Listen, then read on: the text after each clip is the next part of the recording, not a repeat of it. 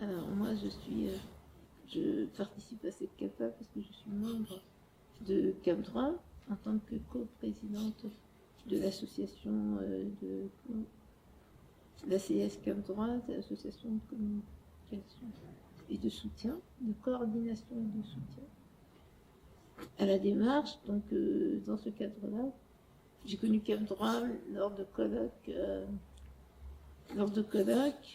d'un colloque particulièrement en 2021, où j'ai trouvé réponse à mes questions, surtout cette question de place en tant que personne vulnérable en situation de handicap que la société m'imposait, à laquelle je ne m'y retrouvais pas, je ne me reconnaissais pas.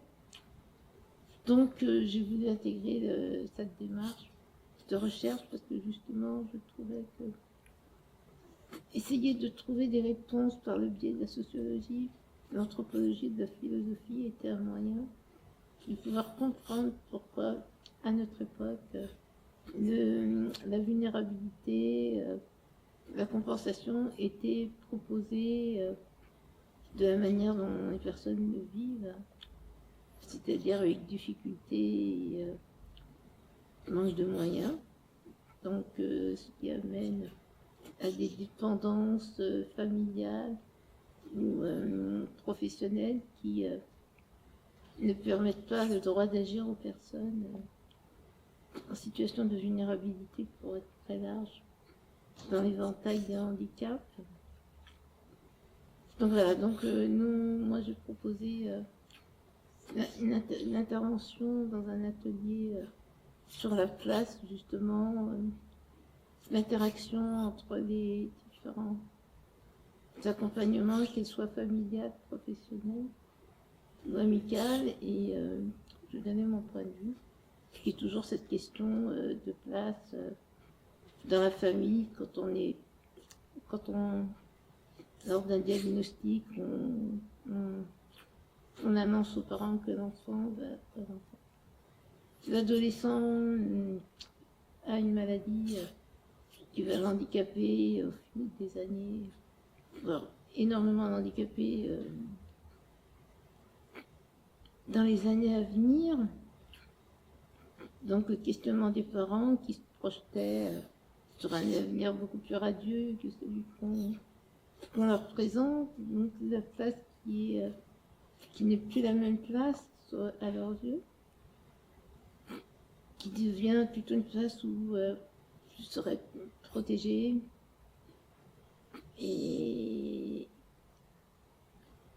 où des projets d'avenir ne seront pas réfléchis.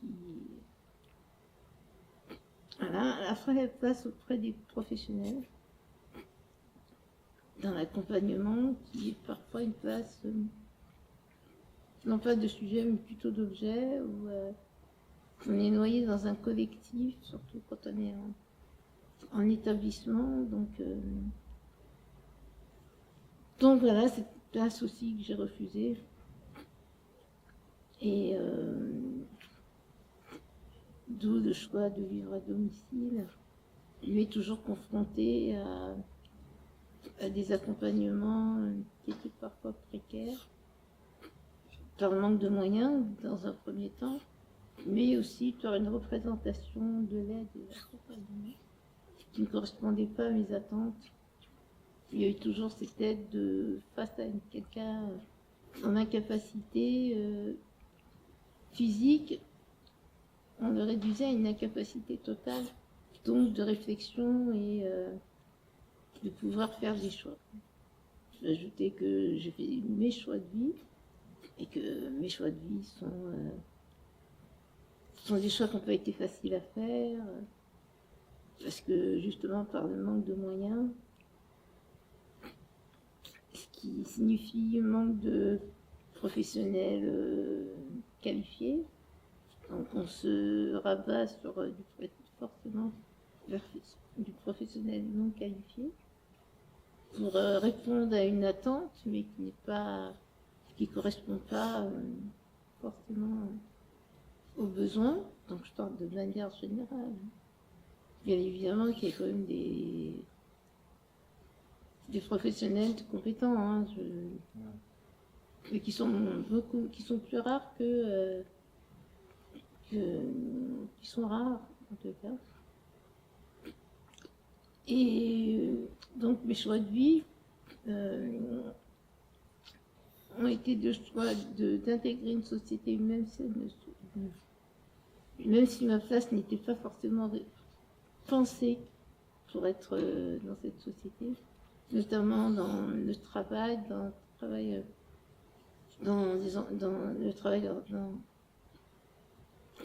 je me mélange, dans le domaine ordinaire,